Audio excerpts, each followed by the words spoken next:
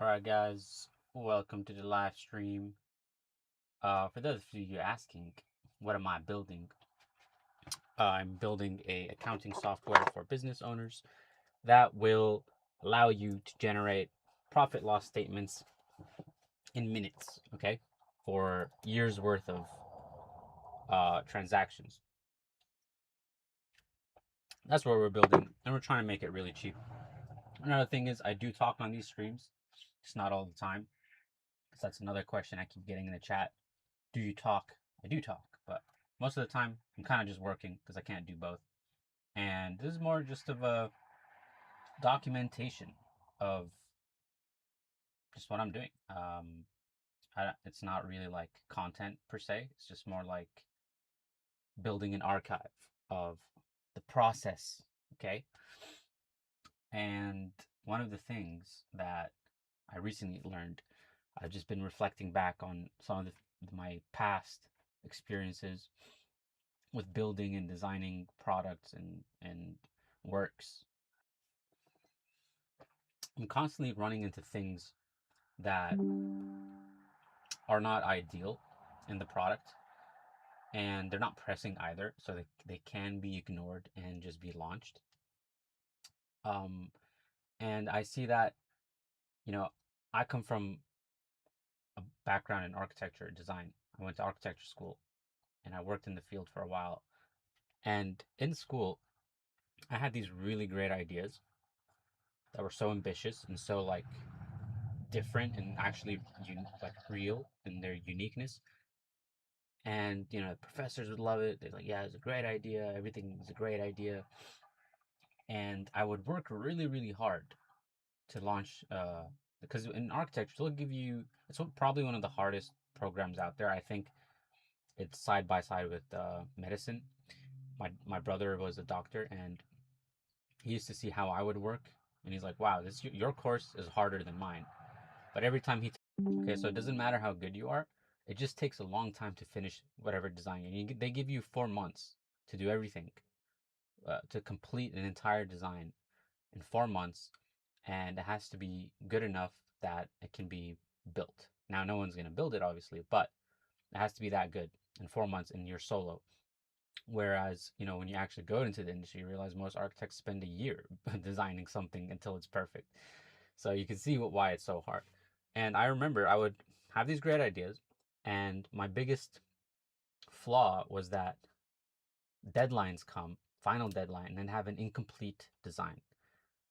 And I and then I would they just give you low marks for that. They just flat out fail you. And if you fail, you cannot proceed to the next level of the design class, which gives you a harder project, and they don't let you continue what you were working on. You have to start a completely brand new thing because they keep track of everything.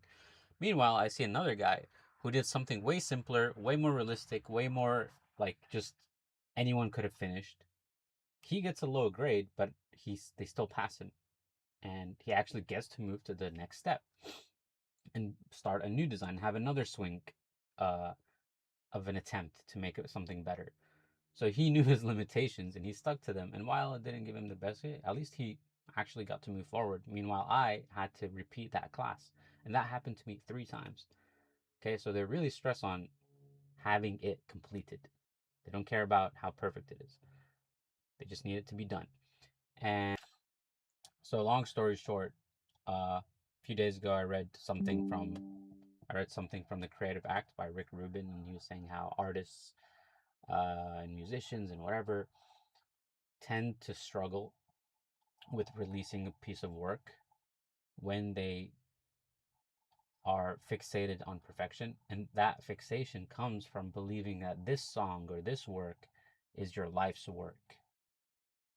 And when you do that, you tie your identity to it so much, and because you care, you refuse to release something that you don't think is perfect because like you said, this is your life's work. It's like I have one bad at this versus realizing your life's work is a series of your works, and that your life's work isn't this one material. It's going to be a series of things that you launch throughout the time, and every time you make the new product, you get another chance to do your best work again. And if you look at it like that, you're not attached on this unrealistic standard um, that prevents you from releasing your work to the world. And that's how I find that very applicable in other areas. You can, if you're just trying to put all your eggs into one video launch for your campaign and like praying that this video becomes a banger and you have to make it the best video versus having like 15 videos and then one of them turns out to be a banger because you have multiple iterations of that, that's a higher chance of success than trying to just put it all into one material. So yeah, I first started trying to never completing things, and then architecture taught me to launch faster and complete stuff. And then I became so trigger happy and trying to release that then the quality of my work over time, I mean, after school, like I'm talking about business and other stuff, started to decline because I was like, finish, just go, just go, just go. And now I'm having to like dial back a little bit and refine value in, maybe being a little OCD about some things and like polishing and actually finding joy in like, oh, I can like just polish, make it just super perfect in its form. But it's finding that balance between launching quick and also uh being a little OCD about perfection without tying my identity that this is my life's work. This is just one part of one project of my life that will define me as an artist. It's just one of them. So it doesn't this Sunday in this free time actually engaging in the work you want to do. Okay? Don't just waste it. Don't just waste it. Anyways, let's get on to it. We'll see how much we can finish today. And I'm gonna fire up these tunes. So we got Zeta Atmospheric Sci-Fi today. Oh yeah. Okay. Oh, oh yeah.